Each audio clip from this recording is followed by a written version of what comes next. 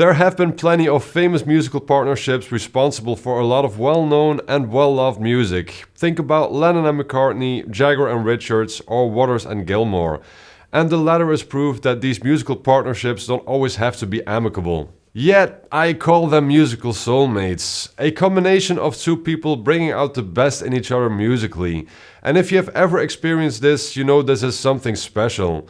It's a lot easier to make music with someone than just doing it alone. I feel lucky enough to have met two musical soulmates in my life so far.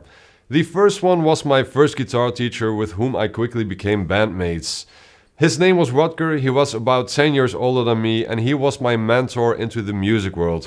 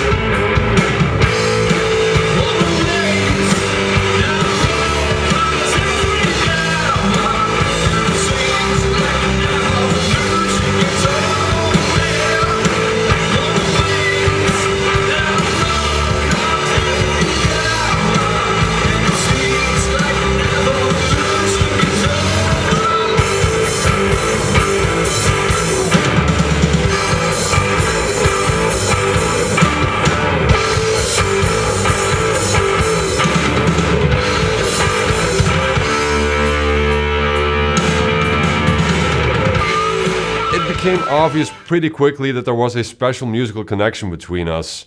He taught me guitar for about a year and after that he told me there was nothing more he could teach me, but he still wanted me to come by every week to jam, without me having to pay of course. He also gave me my first vocal lessons and encouraged me to start singing myself.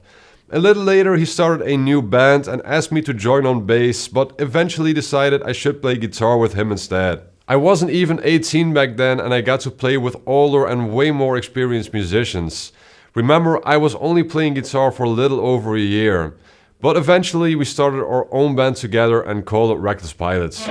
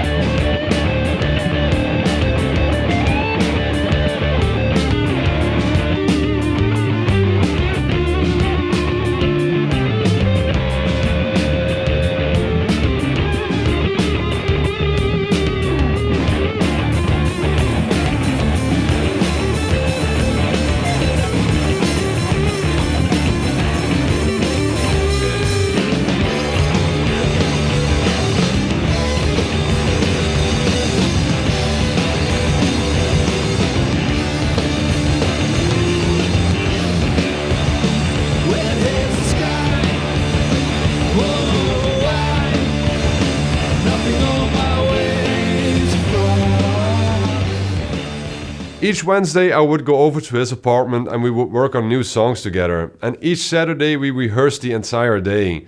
And the band became pretty successful, but that would also have its strain on our partnership. We complemented each other perfect musically, but we were also both really hard-headed. Eventually, after a few years, we both wanted something different musically. The band split up and so did our musical partnership. We would still meet up from time to time and I was always sure that one day we would make music together. Unfortunately, he passed away a few years ago, making a reunion impossible, at least in this life. A new musical partnership was already born towards the end of Reckless Pilots though, when I got a phone call to fill in on bass for a rock band on a national radio and television show. At this moment, that was 16 years ago and this partnership is still going strong.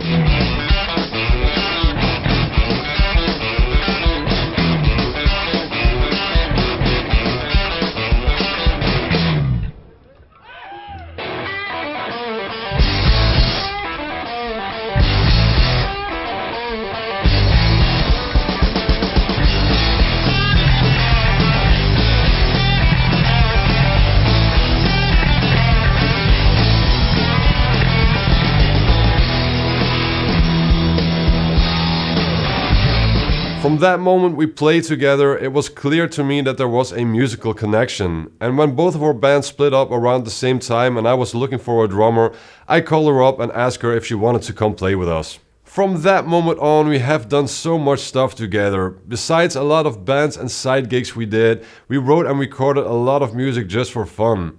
So much so that there hasn't been a single moment in 16 years that we haven't been in a band together. And although most of the time we have been playing together, she has been playing drums and I've been playing either guitar or bass, in the end it doesn't matter who of us is doing what, as long as the music is good and we're having fun.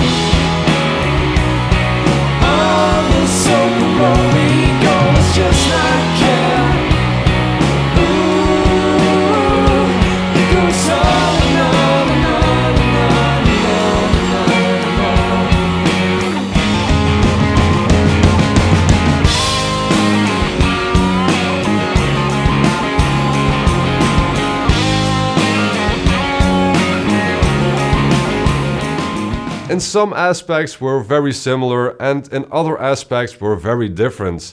And I think that's the reason why our partnership works this well.